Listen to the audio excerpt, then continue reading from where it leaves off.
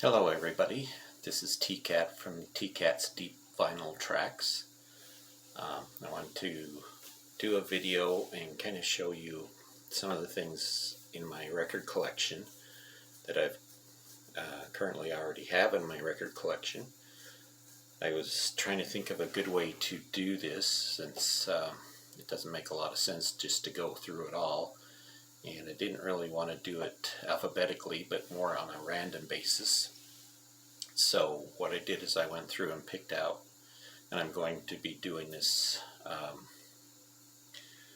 as time goes on. I'm going to pick out like 5 or 6 records just randomly out of my record collection and show them on my video.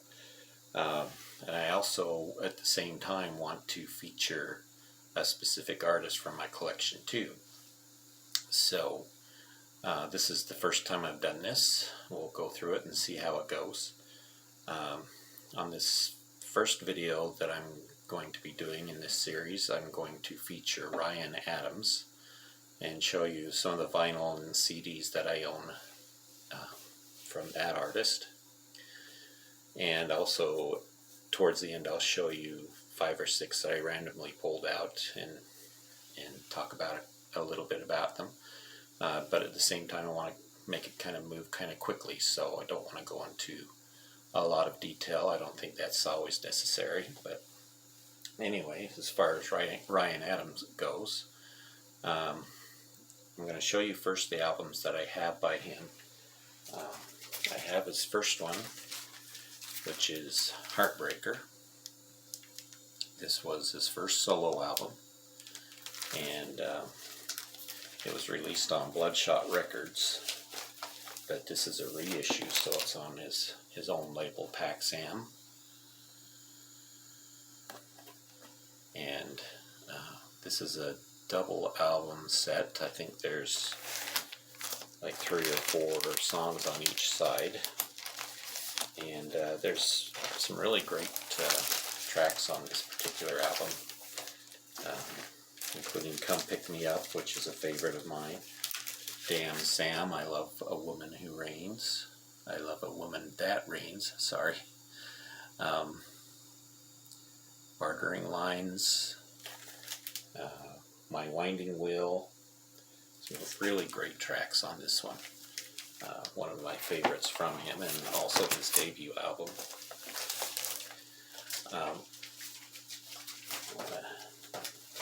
Grab these so I don't have to keep reaching down to get them. This next one is 29. That's the name of this album, 29. This one comes from 2005. Sorry, the first one that I showed, Heartbreaker, comes from the year 2000. 29 comes from the year 2005, is on Lost Highway Records. This one is a little bit different from the way he normally did things on this particular album, and it's one that's not quite as readily available as some of his others, not quite as popular as some of his others.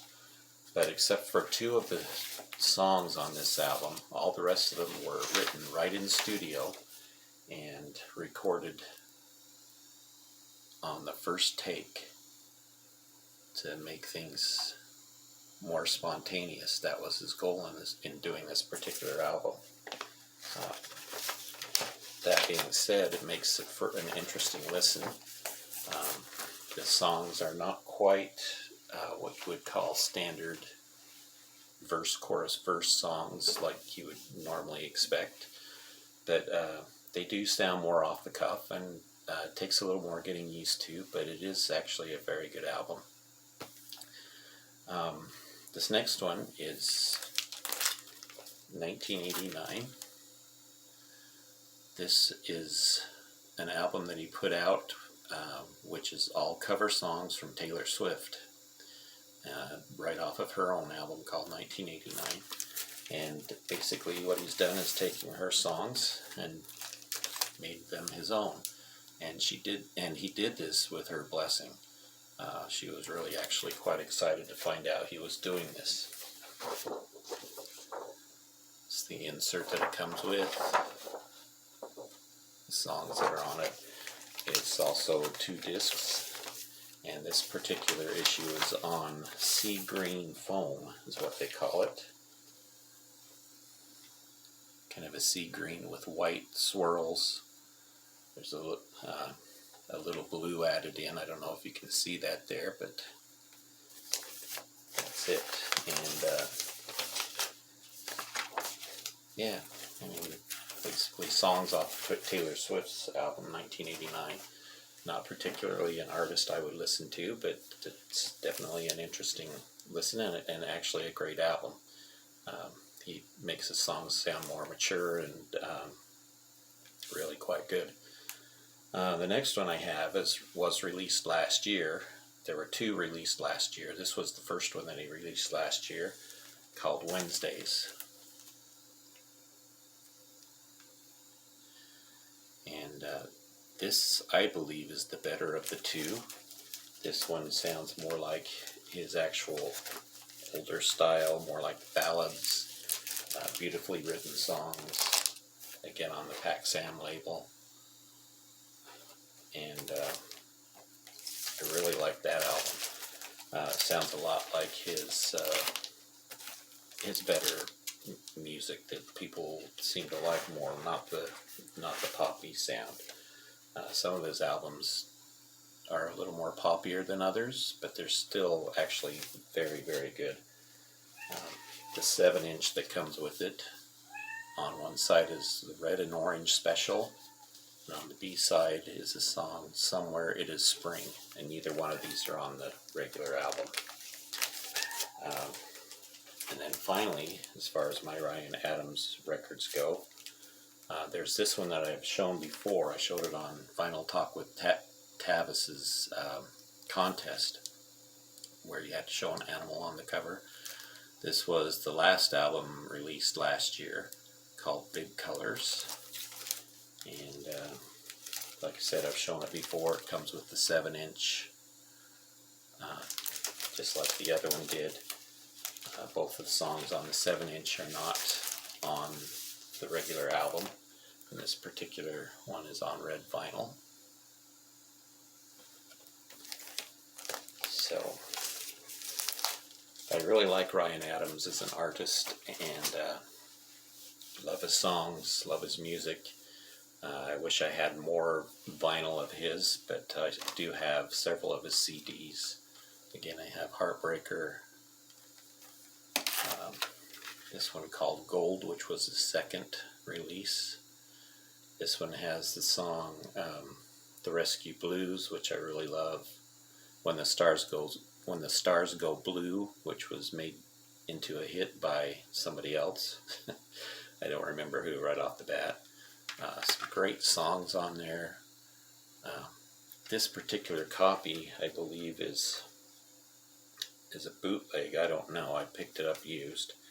And there are 2 bonus tracks on it, which is kind of strange. One by Alan Jackson, and another one by Andreas Johnson.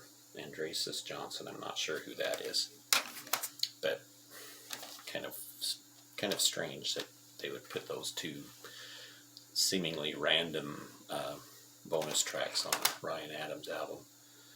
I have Demolition, which is another favorite of mine. Great CD. The song Nuclear, Hallelujah, Cry on Demand. Really great songs on this one too. Probably my favorite of his albums is the Love Is Hell CD. This one is separated into 2 parts, part 1 and part 2. Individually, these are EPs. Originally, they were supposed to be a single album, and it was going to be a double album, but the label didn't want to do a double album, so he split it up into 2 EPs and took off several of the tracks. Now, there is a MoFi version of this album, Love Is Hell, which combines the 2 plus adds in all of the bonus tracks that were left off of these. which I would really love to get. I've seen it shown on here several times by Mad for Vinyl, by Dylan at Noble Records, and I just covet that particular recording. Ryan Adams also had a backing band on some of his albums. The band is called the Cardinals. This was his debut album released with the Cardinals, and it's Cardinology. I also have Jacksonville City Nights, which is an excellent, excellent album. This is the one to get if you're looking for Ryan Adams. I highly recommend this one. Great.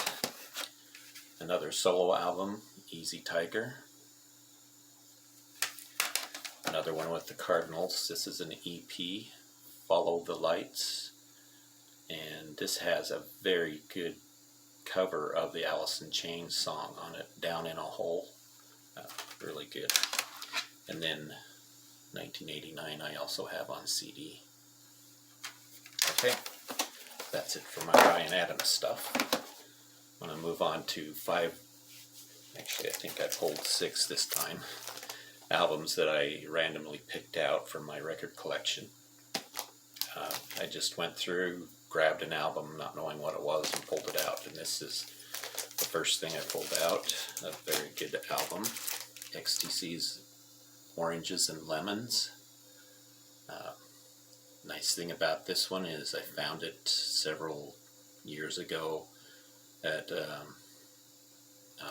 used store, a second-hand store. Bought it for $3, double album. Probably one of XTC's most favorite from their albums.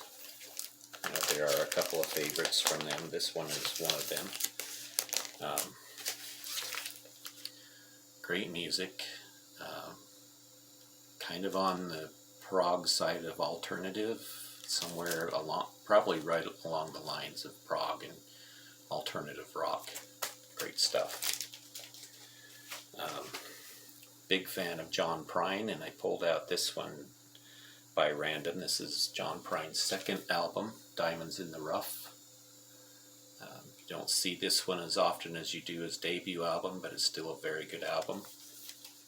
Some great songs on this one, like Souvenirs, The Late John Garfield Blues. Yes, I guess they ought to name a drink after you.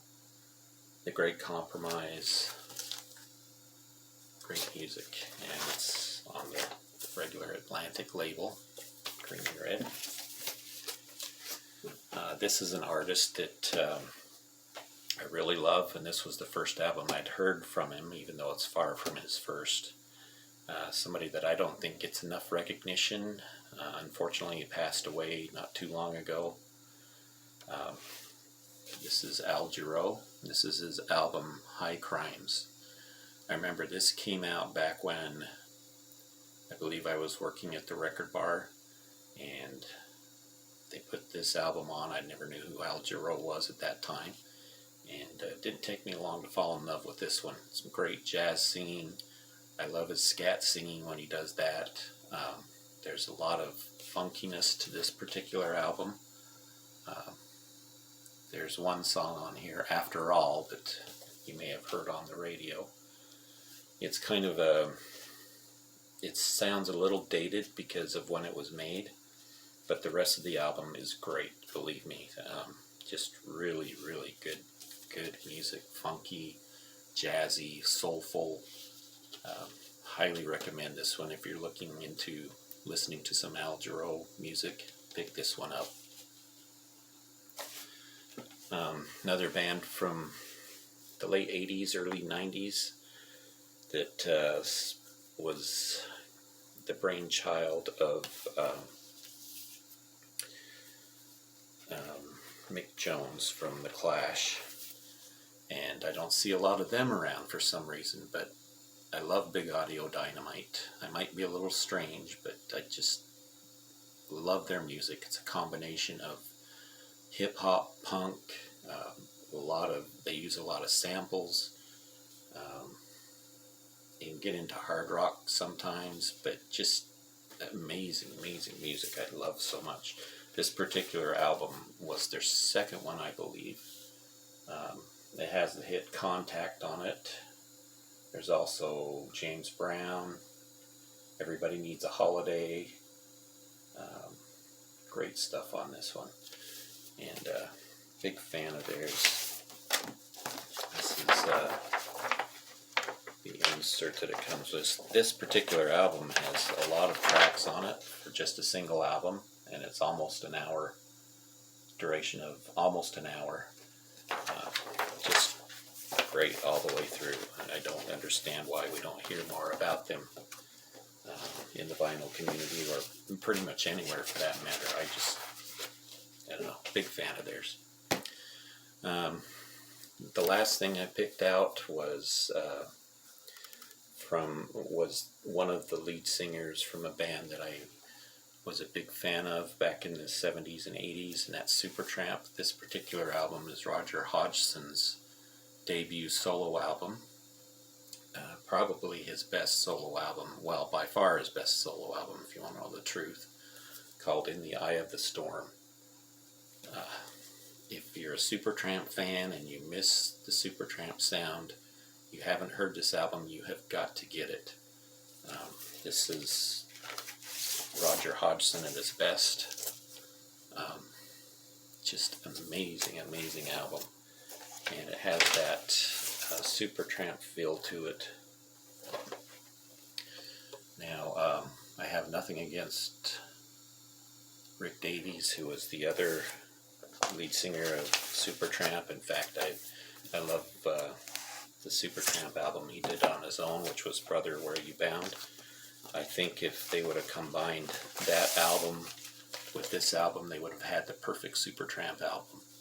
So Roger Hodgson, In the Eye of the Storm. If you haven't got it, you've got to listen to it. Very good. All right. That's all I've got this time around. Thank you for watching. And if you want to see when I put up more videos, just hit the subscribe button and ring the bell so you get notifications when I put up my videos. And I want to just give a quick shout out to a couple of people out there that have been great in welcoming me to the vinyl community. There's been several of them. I want to mention 4 real quick, and then I'll mention some others in later videos. Vinyl Talk with Tavis. I recommend you go to his channel, check him out. He puts on some very entertaining videos, and he's got his friend Jimmy Mack there with him, his cat, who is quite hilarious. He's sometimes can be the star of the show, but Tavis is great, knows a lot about music and the artists he shows. Rod the Happy Hippie, another one that I'd like to mention. He's holding a Kiss contest right now where he's giving away a Kiss bootleg album. If you're interested in that, go check him out, but you should check him out anyway. He's got a great channel. Richard McCook is also holding a contest right now, his 3rd year contest. You should get in on that contest, check out his channel. Puts together some very good content on his channel and some really nice things to watch. Also Mike PC31, the Vinyl Policeman, another channel I like to watch. He's got some great content. A lot of his music is a little bit on the heavier side, which is great. I like a lot of heavy music too. But he's got a lot of stuff that I wish I had that I don't. So that's why I like watching his channel. And all these guys are great guys, very friendly. Happy to have you. They'd be happy to have you subscribe to their channels. And I would also be happy to have you subscribe to mine. So keep watching my videos. I'll be showing a lot more albums from my record collection, and I'll also be doing other things on there. So thank you for watching, and we'll talk to you later. Goodbye.